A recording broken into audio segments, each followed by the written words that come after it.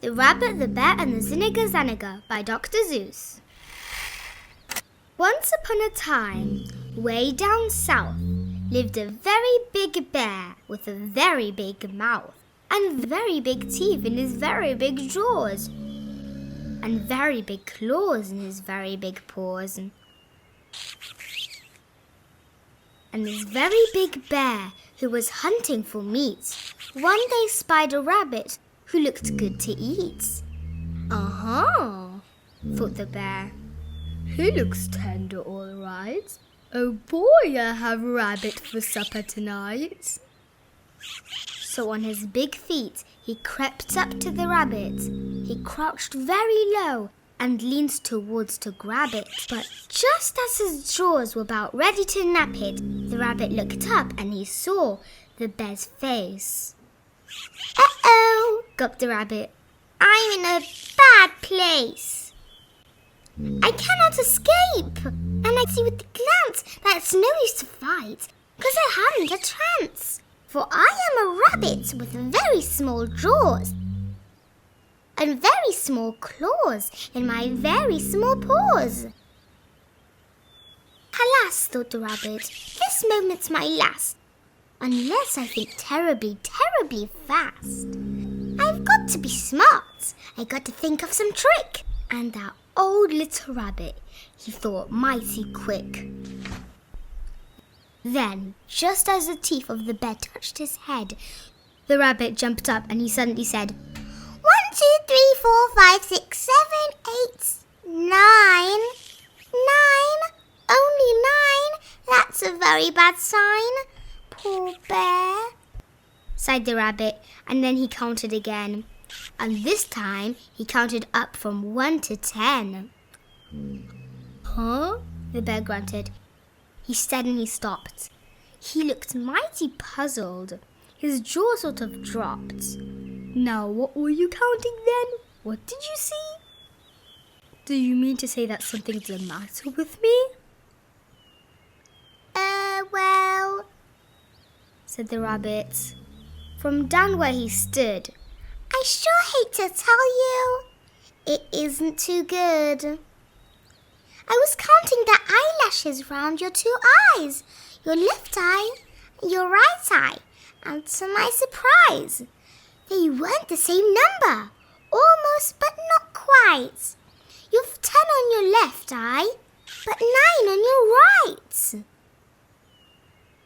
I'm sorry, so sorry.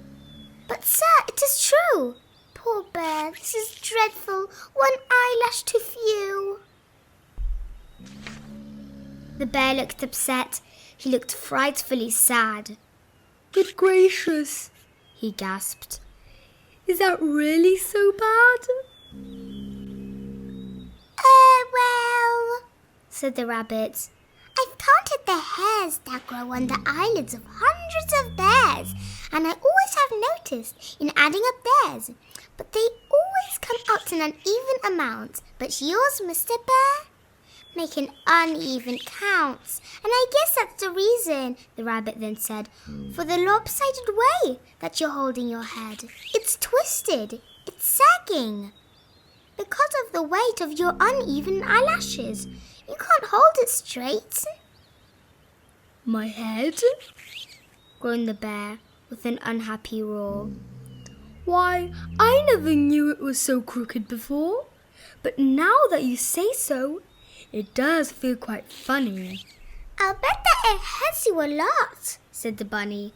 "I'll bet that it hurts you right down to your tail. My, Mr. Bear, you look horribly pale." "Say, how does your throat feel? A little bit prickly?" "It does," moaned the bear, "and my stomach feels tickly." "Poor me," cried the bear. "I feel all over sickly," said the rabbit. "It's just as I reckoned. Your ailment is getting much worse by the second. Your tongue, Mr. Bear, does it taste a bit fuzzy? Your brain, Mr. Bear, does it feel a bit wuzzy?" "Why, yes," gasped the bear. "It most certainly does. Is that a bad sign? All that fuzz and that wuzz?" it is, said the rabbit. Alas and alack! It's a sign your trouble has spread to your back. For even right now, while I'm standing here speaking, I hear a loud sound from your backbone creak. It's creaking. Oh, the luck of the eyelash can make you a wreck.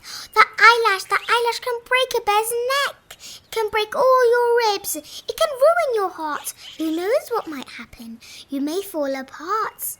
Be careful, poor bear. Don't you even dare cough, or your feet and your tail and your nose may fall off. And he gave that big bear such a sorrowful look that bear started trembling. He shook and he shook.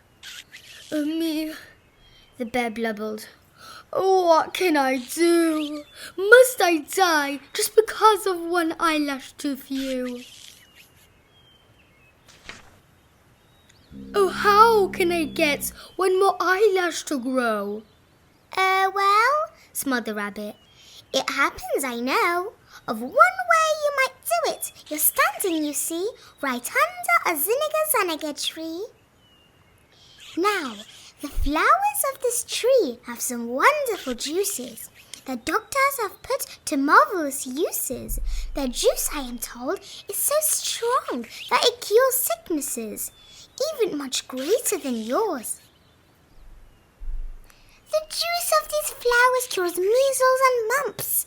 The juice of these flowers cures freckles and bumps, whooping cough, croup, and also colic and sprains, chickenpox, smallpox, and bellyache pains. There's nothing, they say, that this juice cannot do. So I think, Mr. Bear, it's the right juice for you. What you ought to do, least it seems to me, is climb up the Zinniga-Zanniga tree and pick yourself one of these wonderful flowers, hold it tight up to your eye for a couple of hours, and I know it will cure you. I haven't a doubt, for the lash you are lacking will suddenly sprout. You mean? Cried the bear. I have 10 on each side? You mean? Cried the bear. I don't have to die?